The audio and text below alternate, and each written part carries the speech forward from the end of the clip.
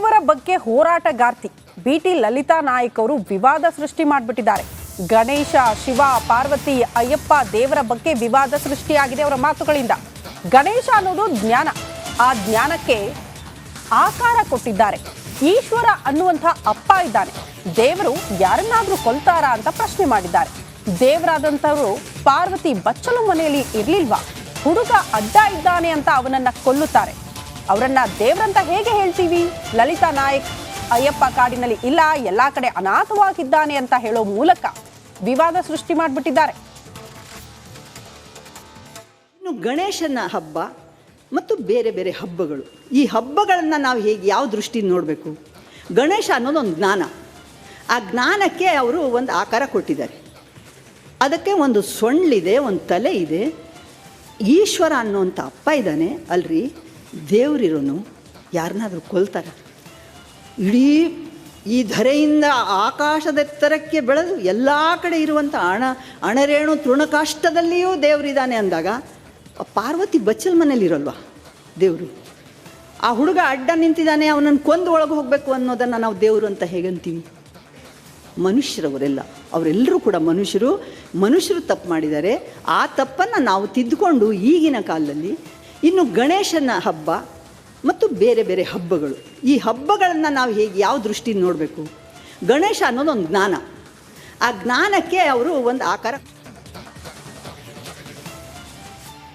ಯಾವ ಸಂದೇಶ ಅಂತ? ಇವರ ಮಗ ಅಂಬೇಡ್ಕರ್ ಅವರ ಪುತ್ಥಳಿಗೆ ಎಣ್ಣೆ ಅಭಿಷೇಕ ಮಾಡಿದ್ದ. ಖರಾಬು ಆಯ್ತಾ? ಫಸ್ಟ್ ಮನೇಲಿ ಸರಿ ಮಾಡೋದು. ಹೌದು ಆಯ್ತಾ? ಇನ್ನೊಂದು, ಈ ಗಣೇಶನ ಬಗ್ಗೆ, ಶಿವನ ಬಗ್ಗೆ ನಿಮ್ಗೆ ಗೊತ್ತಿರ್ಬೋದು, ಚಂದ್ರಯಾನ ಹೋದಾಗ ಅಲ್ಲಿಗೊಂದು ಹೆಸರಿಟ್ವಿ ನಾವು, ಶಿವಶಕ್ತಿ. ಹೌದು. ಸೈನ್ಸು ಮತ್ತು ಸನಾತನ ಧರ್ಮ ಇದಕ್ಕಿರುವಂಥ ಲಿಂಕ್ ಇದೆಯಲ್ಲ, ಬಹುಶಃ ತುಂಬ ಜನರಿಗೆ ಅದು ಅರ್ಥ ಆಗಲ್ಲ. ಬಿಗ್ ಬ್ಯಾಂಗ್ ಥಿಯರಿ ಅಂತ ಆಗತ್ತೆ. ಅದೇ ಹಿಂದೂ ಧರ್ಮದಲ್ಲಿ ಅದನ್ನು ಮಹಾಲಯ ಅಮಾವಾಸ್ಯೆ ಅಂತ ಕರೀತಾರೆ. ಗಣೇಶನ ಆಕಾರ ಅನ್ನೋದಿದೆಯಲ್ಲ, ಶಿವಶಕ್ತಿ ಒಂದು ಫೋರ್ಸ್ ಉಂಟಾದಾಗ, ಅಂದರೆ ಬಿಗ್ ಬ್ಯಾಂಗ್ ಉಂಟಾದಾಗ ಒಂದು ಆಕಾರ ಉಂಟಾಗತ್ತಂತೆ, ಅದು ಸೊಂಡಿಲ ಆಕಾರ ಇರುತ್ತಂತೆ. ಅಂದರೆ ಒಂದು ನೋಡಿದವ್ರಿಗೆ, ಅಂದರೆ ಆ ಟೈಮಲ್ಲಿ ಜನರು ಇರೋದಿಲ್ಲ, ಋಷಿಮುನಿಗಳು ನಂತರ ಅದನ್ನು ತಮ್ಮ ತಪಶಕ್ತಿಯಿಂದ ನೋಡೋದು. ಒಂದು ಏನು ದೊಡ್ಡ ಆಕಾರ, ಧೂಮ್ರವರ್ಣ ಅಂತ ಕರೀತಾರೆ, ಧೂಮ್ರವರ್ಣ ಅಂತೇಳಿ, ಧೂಳಿನ ಆಕಾರದಲ್ಲಿ ಕಾಣುತ್ತಂತೆ. ಅದು ಗಣಪತಿ ಆಕಾರದಲ್ಲಿ ಇತ್ತು, ಅಂದರೆ ಆ ಥರ ಆಕಾರದಲ್ಲಿತ್ತು. ಅದಕ್ಕೆ ವಕ್ರತುಂಡ ಮಹಾಕಾಯ ಸೂರ್ಯಕೋಟಿ ಸಮಪ್ರಭ, ಅಂದರೆ ಬ್ರಹ್ಮಾಂಡದಲ್ಲಿ ಸೂರ್ಯಕೋಟಿ ಇದೆ. 1900 ತನಕ ನಮಗೆ ಭೂಮಿ ಮಿಲ್ಕಿ ವೇ ಬಿಟ್ಟರೆ ಬೇರೆ ಗ್ಯಾಲಾಕ್ಸಿನೇ ಇಲ್ಲ ಅಂತ ಅಂದ್ಕೊಂಡಿದ್ವಿ ನಾವು.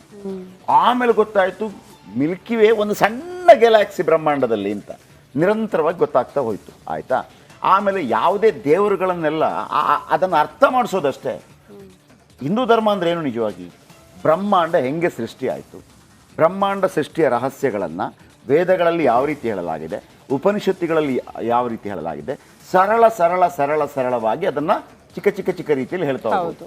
ಶಿವ ಮತ್ತು ಪಾರ್ವತಿ ನೋಡಿ, ಗಣಪತಿ ಹೆಂಗೆ ಹುಟ್ಟದ, ಮಣ್ಣಲ್ಲಿ ಹುಟ್ಟದ ಅಂತ ಹೆಂಗೆ ಹೇಳ್ತಾರೆ ಅಂದರೆ, ಶಿವ ಪಾರ್ವತಿ ಅದು ಎಕ್ಸ್ಪ್ಯಾಂಡ್ ಆಗುತ್ತೆ, ಬ್ರಹ್ಮಾಂಡ ಎಕ್ಸ್ಪ್ಯಾಂಡ್ ಆದಾಗ ಅಲ್ಲಿ ನಡುವಲ್ಲಿ ಒಂದು ಆಕಾರ ಉಂಟು. ಫಸ್ಟು ಯಾವುದಾದ್ರೂ ಆಕಾರ ಜಗತ್ತಿನಲ್ಲಿ ಅಂದರೆ ಬ್ರಹ್ಮಾಂಡದಲ್ಲಿ ಕಂಡಿದ್ರೆ ಅದು ಗಣಪತಿ. ಹಾಗಾಗಿ ಆತನಿಗೆ ಅಗ್ರ ಪೂಜೆ, ಮೊದಲ ಪೂಜೆ. ಮಹಾಲಯ ಅಮಾವಾಸ್ಯೆ ಅಂದ್ರೆ ಬಿಗ್ ಬ್ಯಾಂಗ್ ಡೇ, ಅಂದ್ರೆ ನಮ್ಮ ಪೂರ್ವಜರು ಅನ್ನೋ ಕಾರಣಕ್ಕಾಗಿ. ನೀವು ನೋಡಿ ಹೆಂಗ್ ಸಿಸ್ಟಮ್ ಅಲ್ಲಿ ಬರುತ್ತೆ ಅಂತೇಳಿ, ನೀವು ಬ್ಲ್ಯಾಕ್ ಇಯರ್ಸ್ ಅಂತ ಬರುತ್ತೆ, ಇಲ್ಲಿ ನಮ್ಮ ನಿಮಗೆ ಫಿಸಿಕ್ಸ್ ಗೊತ್ತಿದ್ದವ್ರಿಗೆ ಗೊತ್ತಿರುತ್ತೆ. ಬ್ರಹ್ಮಾಂಡ ಸೃಷ್ಟಿ ಆಯಿತು, ಬಿಗ್ ಬ್ಯಾಂಗ್ ಥಿಯರಿ ಆಯಿತು. ಬಿಗ್ ಬ್ಯಾಂಗ್ ಥಿಯರಿ ಆದ ನಂತರ ಒಂದು ದೊಡ್ಡ ಆಕಾರ ಕಾಣಿಸ್ತು, ಅದನ್ನು ನಾವು ಮಹಾಗಣೇಶ ಅಂತ ಕರಿತೀವಿ. ಆಗ ಬ್ರಹ್ಮಾಂಡ ಒಂದು ಹಂತಕ್ಕೆ ಬರುತ್ತೆ ಗಣೇಶ ಚತುರ್ಥಿ ಅಂತ ಕರಿತೀವಿ ಅದನ್ನು. ಅದಾದ ನಂತರ ನವರಾತ್ರಿ ಬರುತ್ತೆ. ನವರಾತ್ರಿ ಟೈಮಲ್ಲಿ ಈಗಲೂ ಇದೆ, ಇಷ್ಟು ನೀವು ತೆಗೆದು ನೋಡಿ ಬೇಕಿದ್ರೆ ಯೂನಿವರ್ಸ್ ಹೆಂಗೆ ಅಂತೇಳಿ. ಕತ್ತಲು, ಎಲ್ಲ ಕಡೆ ಕತ್ತಲಿರುತ್ತೆ, ಅದನ್ನು ನವರಾತ್ರಿಗಳು ಅಂತ ಕರೆಯಲಾಗುತ್ತೆ. ಆ ಬ್ರಹ್ಮಾಂಡದಲ್ಲಿ ಆದಂಥ ಚೇಂಜಸ್ ಇದೆಯಲ್ಲ, ಅದನ್ನು ಚಂಡಮುಂಡ ಅದೆಲ್ಲ ಅಲ್ಲಾಗಿರುವಂಥದ್ದು, ಭೂಮಿ ಮೇಲೆ ಆಯಿತು ಅಂತಲ್ಲ ಅದು. ಆ ನಂತರ ಬೆಳಕು ಕಾಣುತ್ತೆ, ದೀಪಾವಳಿ ಆಚರಣೆ ಮಾಡ್ತೀವಿ ನಾವು. ಇದೆಲ್ಲವೂ ನಿರಂತರವಾಗಿ ಬ್ರಹ್ಮಾಂಡದಲ್ಲಿ ಆದಂಥ ಕಥೆಗಳನ್ನು ಮನುಷ್ಯರಿಗೆ ಸಮೀಕರಿಸಿ ಹೇಳಿದ್ದು. ರಾಜ ರವಿವರ್ಮ ಬರೋ ತನಕ ಆಕಾರನೇ, ಫೋಟೋನೇ ಇರಲಿಲ್ಲ ದೇವರುಗಳಿಗೆ ಫೋಟೋನೇ ಇರಲಿಲ್ಲ. ಆಮೇಲೆ ಮನುಷ್ಯ ದ್ವೈತ, ಅದ್ವೈತ, ವಿಶಿಷ್ಟ ಅದ್ವೈತ ತತ್ವಗಳು ಬರ್ತಾ ಹೋಗುತ್ತೆ. ಶಂಕರಾಚಾರ್ಯರು ಬಂದ ನಂತರ ಹೇಳ್ತಾರೆ ತತ್ವಮಸಿ, ನಾನು ನೀನು ಬೇರೆ ಅಲ್ಲ ಅನ್ನೋ ರೀತಿಯಲ್ಲಿ ಭಗವಂತ ನಾನು ಬೇರೆ ಅಲ್ಲ. ಹೇಗೆ ಅಂತಂದ್ರೆ ನಿಮ್ಗೆ ಗೊತ್ತಿದೆ ಭೂಮಿಯಲ್ಲಿ 70% ನೀರಿದೆ, ಹೌದು. ಮನುಷ್ಯನೊಳಗೆ 70% ನೀರಿದೆ. ಭೂಮಿಯಲ್ಲಿ ಏನೆಲ್ಲ ಇದೆ ಪಂಚಭೂತಗಳು ನಿನ್ನೊಳಗೆ ದೇಹದಲ್ಲೂ ಇದೆ. ಕಬ್ಬಿಣ ಹೊರಗಿದೆ ಒಳಗೂ ಇದೆ, ಏನು ಸುಣ್ಣ ಹೊರಗೂ ಇದೆ ಒಳಗೂ ಇದೆ, ಕ್ಯಾಲ್ಸಿಯಂ ಹೊರಗೂ ಇದೆ ಒಳಗೂ ಇದೆ. ಇದು ಸಿಸ್ಟಮ್. ಅದನ್ನ ಆಯಾಯ ಕಾಲಕ್ಕೆ ಸರಳವಾಗಿ ಹೇಳ್ತಾವೆ. ನಾವು ಯಾವುದೋ ಒಂದು ಸೈಡನ್ನು ಅದು ಹೆಂಗೆ ಅಂತಂದ್ರೆ ಹೇಳ್ಬಿಡ್ತೀನಿ ಬ್ರೇಕಿಂದ ಮೊದಲು.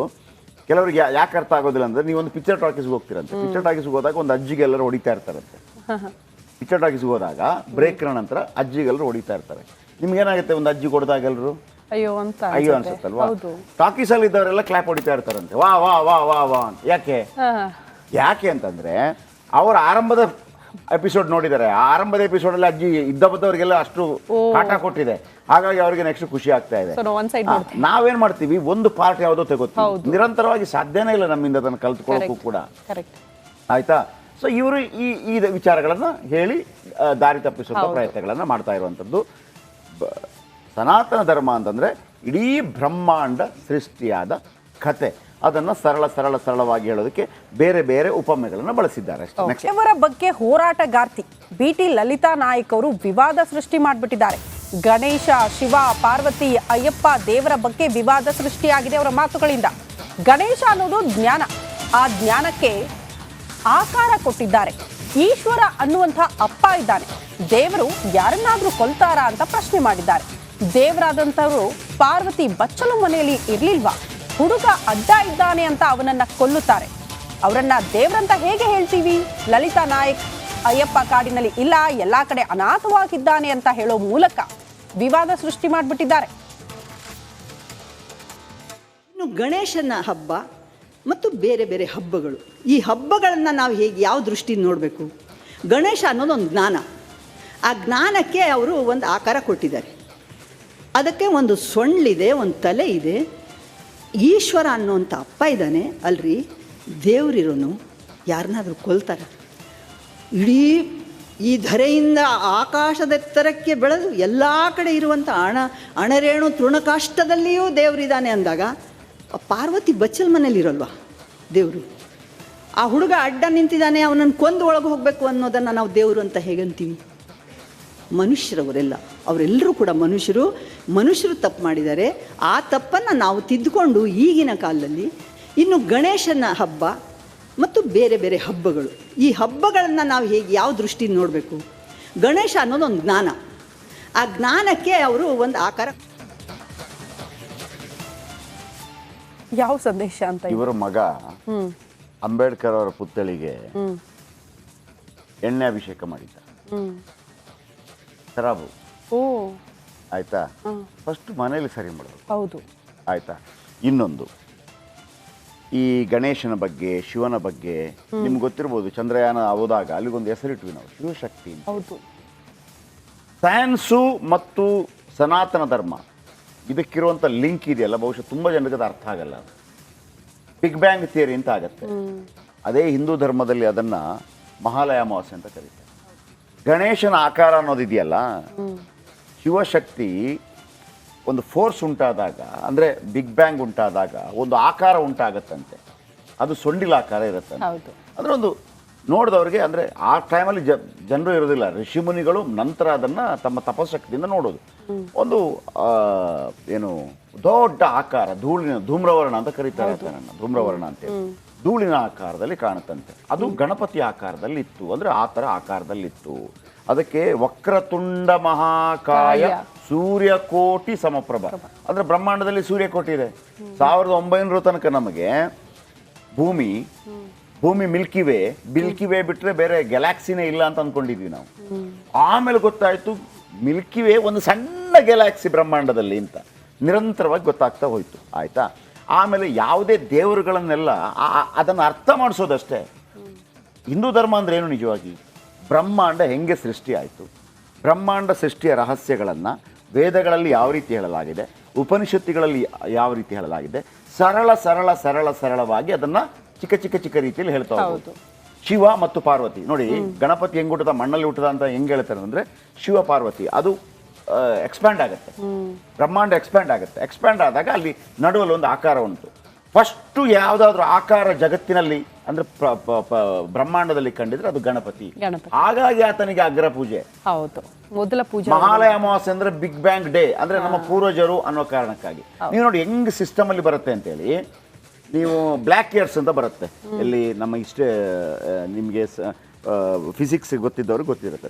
ಬ್ರಹ್ಮಾಂಡ ಸೃಷ್ಟಿ ಆಯಿತು, ಬಿಗ್ ಬ್ಯಾಂಗ್ ಥಿಯರಿ ಆಯಿತು. ಬಿಗ್ ಬ್ಯಾಂಗ್ ಥಿಯರಿ ಆದ ನಂತರ ಒಂದು ದೊಡ್ಡ ಆಕಾರ ಕಾಣಿಸ್ತು, ಅದನ್ನು ನಾವು ಮಹಾಗಣೇಶ ಅಂತ ಕರಿತೀವಿ. ಆಗ ಬ್ರಹ್ಮಾಂಡ ಒಂದು ಹಂತಕ್ಕೆ ಬರುತ್ತೆ ಗಣೇಶ ಚತುರ್ಥಿ ಅಂತ ಕರಿತೀವಿ ಅದನ್ನು. ಅದಾದ ನಂತರ ನವರಾತ್ರಿ ಬರುತ್ತೆ. ನವರಾತ್ರಿ ಟೈಮಲ್ಲಿ ಈಗಲೂ ಇದೆ, ಇಷ್ಟು ನೀವು ತೆಗೆದು ನೋಡಿ ಬೇಕಿದ್ರೆ ಯೂನಿವರ್ಸ್ ಹೆಂಗೆ ಅಂತೇಳಿ. ಕತ್ತಲು, ಎಲ್ಲ ಕಡೆ ಕತ್ತಲಿರುತ್ತೆ, ಅದನ್ನು ನವರಾತ್ರಿಗಳು ಅಂತ ಕರೆಯಲಾಗುತ್ತೆ. ಆ ಬ್ರಹ್ಮಾಂಡದಲ್ಲಿ ಆದಂಥ ಚೇಂಜಸ್ ಇದೆಯಲ್ಲ, ಅದನ್ನ ಚಂಡಮುಂಡ ಅದೆಲ್ಲ ಅಲ್ಲಾಗಿರುವಂಥದ್ದು, ಭೂಮಿ ಮೇಲೆ ಆಯಿತು ಅಂತಲ್ಲ ಅದು. ಆ ನಂತರ ಬೆಳಕು ಕಾಣುತ್ತೆ, ದೀಪಾವಳಿ ಆಚರಣೆ ಮಾಡ್ತೀವಿ ನಾವು. ಇದೆಲ್ಲವೂ ನಿರಂತರವಾಗಿ ಬ್ರಹ್ಮಾಂಡದಲ್ಲಿ ಆದಂಥ ಕಥೆಗಳನ್ನು ಮನುಷ್ಯರಿಗೆ ಸಮೀಕರಿಸಿ ಹೇಳಿದ್ದು. ರಾಜ ರವಿವರ್ಮ ಬರೋ ತನಕ ಆಕಾರನೇ ಫೋಟೋನೇ ಇರಲಿಲ್ಲ ದೇವರುಗಳಿಗೆ ಫೋಟೋನೇ ಇರಲಿಲ್ಲ.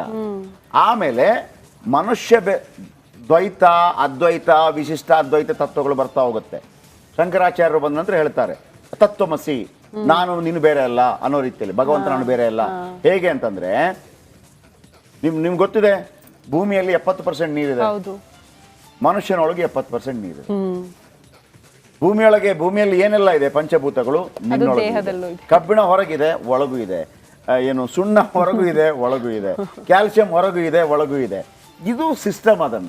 ಅದನ್ನ ಆಯಾಯ ಕಾಲಕ್ಕೆ ಸರಳವಾಗಿ ಹೇಳ್ತವೆ. ನಾವು ಯಾವುದೋ ಒಂದು ಸೈಡನ್ನು, ಅದು ಹೆಂಗೆ ಅಂತಂದ್ರೆ ಹೇಳ್ಬಿಡ್ತೀನಿ, ಬ್ರೇಕಿಂಗಿಂತ ಮೊದಲು ಕೆಲವರಿಗೆ ಯಾಕೆ ಅರ್ಥ ಆಗೋದಿಲ್ಲ ಅಂದ್ರೆ, ನೀವೊಂದು ಪಿಕ್ಚರ್ ಟಾಕೀಸ್ಗೆ ಹೋಗ್ತೀರಂತೆ. ಪಿಕ್ಚರ್ ಟಾಕೀಸ್ಗೆ ಹೋದಾಗ ಒಂದು ಅಜ್ಜಿಗೆ ಎಲ್ಲರೂ ಹೊಡಿತಾ ಇರ್ತಾರಂತೆ. ಪಿಕ್ಚರ್ ಟಾಕೀಸ್ಗೆ ಹೋದಾಗ ಬ್ರೇಕ್ನ ನಂತರ ಅಜ್ಜಿಗೆಲ್ಲರೂ ಹೊಡಿತಾ ಇರ್ತಾರೆ. ನಿಮ್ಗೇನಾಗುತ್ತೆ, ಒಂದು ಅಜ್ಜಿ ಕೊಡಿದಾಗ ಎಲ್ಲರೂ ಅಯ್ಯೋ ಅನ್ಸುತ್ತಲ್ವಾ? ಟಾಕೀಸಲ್ಲಿ ಇದ್ದವರೆಲ್ಲ ಕ್ಲಾಪ್ ಹೊಡಿತಾ ಇರ್ತಾರಂತೆ, ವಾ ವಾ ವಾ ವಾ ವಾ ಅಂತ. ಯಾಕೆ ಅಂತಂದ್ರೆ ಅವರ ಆರಂಭದ ಎಪಿಸೋಡ್ ನೋಡಿದ್ದಾರೆ. ಆ ಆರಂಭದ ಎಪಿಸೋಡಲ್ಲಿ ಅಜ್ಜಿ ಇದ್ದವರಿಗೆಲ್ಲ ಅಷ್ಟು ಕಾಟ ಕೊಟ್ಟಿದೆ, ಹಾಗಾಗಿ ಅವರಿಗೆ ನೆಕ್ಸ್ಟ್ ಖುಷಿ ಆಗ್ತಾ ಇದೆ. ನಾವೇನ್ ಮಾಡ್ತೀವಿ, ಒಂದು ಪಾರ್ಟ್ ಯಾವುದೋ ತಗೋತೀವಿ, ನಿರಂತರವಾಗಿ ಸಾಧ್ಯನೇ ಇಲ್ಲ ನಮ್ಮಿಂದ ಅದನ್ನು ಕಲ್ತ್ಕೊಳ್ಳೋಕ್ಕೂ ಕೂಡ. ಆಯ್ತಾ? ಸೊ ಇವರು ಈ ವಿಚಾರಗಳನ್ನು ಹೇಳಿ ದಾರಿ ತಪ್ಪಿಸುವ ಪ್ರಯತ್ನಗಳನ್ನು ಮಾಡ್ತಾ ಇರುವಂಥದ್ದು. ಸನಾತನ ಧರ್ಮ ಅಂತಂದ್ರೆ ಇಡೀ ಬ್ರಹ್ಮಾಂಡ ಸೃಷ್ಟಿಯಾದ ಕತೆ. ಅದನ್ನು ಸರಳವಾಗಿ ಹೇಳೋದಕ್ಕೆ ಬೇರೆ ಬೇರೆ ಉಪಮೆಗಳನ್ನು